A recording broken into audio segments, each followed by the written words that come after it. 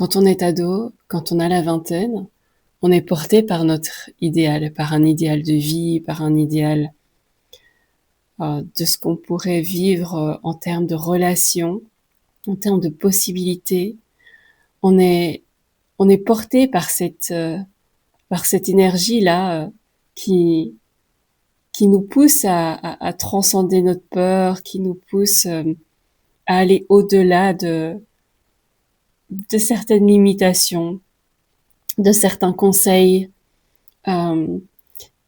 Et cette audace, en fait, cette spontanéité, cette ferveur, cette fièvre intérieure, elle disparaît petit à petit à mesure que l'on fait face à nos blessures, à des douleurs, à des souffrances, que l'on fait face, que l'on rencontre plutôt des désillusions.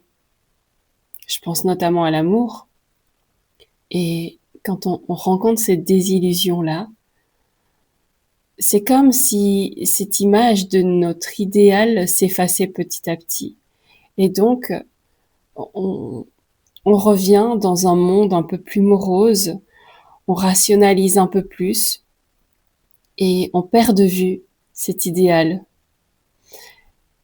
Et aujourd'hui, je me dis que, en fait, cet idéal, si on le perçoit, c'est qu'il est possible de le vivre.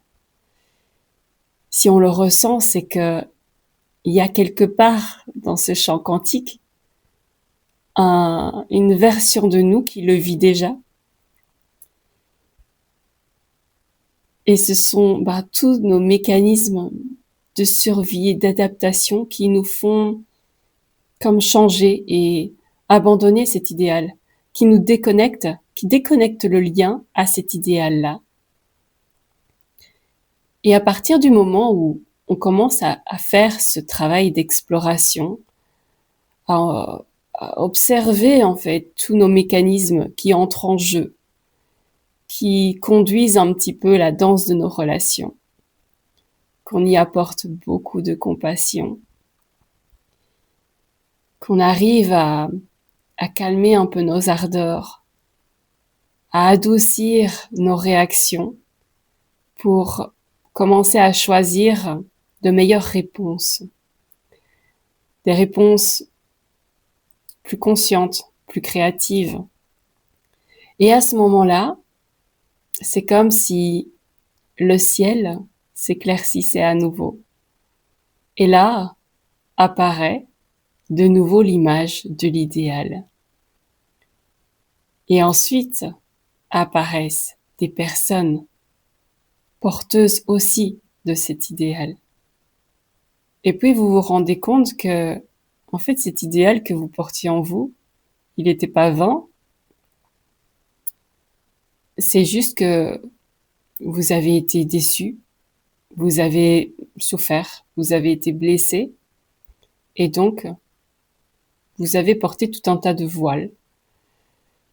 Vous avez porté tout un tas de fardeaux qui vous éloignaient et qui vous empêchaient de lever la tête vers le haut pour aller observer au-delà l'horizon. Et une fois que vous avez enlevé tous ces manteaux, tous ces voiles, tous ces fardeaux, à ce moment-là, vous êtes plus léger. Vous pouvez relever la tête et la diriger vers le ciel, vers les étoiles, et vous rendre compte qu'en fait cet idéal-là, il est possible même dans ce monde-ci. Vous allez vous créer votre monde dans un monde. Et vous allez ensemencer cet idéal, cette utopie que pourraient l'appeler les autres, et qui deviendra un modèle pour d'autres personnes qui ont aussi à cœur de vivre cet idéal-là. Mais il leur faut des modèles. Et donc vous qui avez parcouru ce chemin de résilience, de conscience, de présence, eh bien à un moment donné, il est temps d'agir et de renouer avec vos idéaux, de renouer avec tout ce qui vous animait avant et qui s'est éteint progressivement. Parce qu'aujourd'hui, Le moment est venu. Aujourd'hui, c'est l'heure. Et pour ceux qui sont encore en chemin, ne désespérez pas. Peu importe le temps que cela prendra, mais ne désespérez pas. Vous pourrez vous aussi vivre votre idéal tel que vous le souhaitez. Alors ça demandera un peu de travail, ça demandera beaucoup de conscience, d'observation, une volonté intérieure, mais qui émane du cœur. Mais je tiens à vous dire que c'est possible de vivre votre idéal.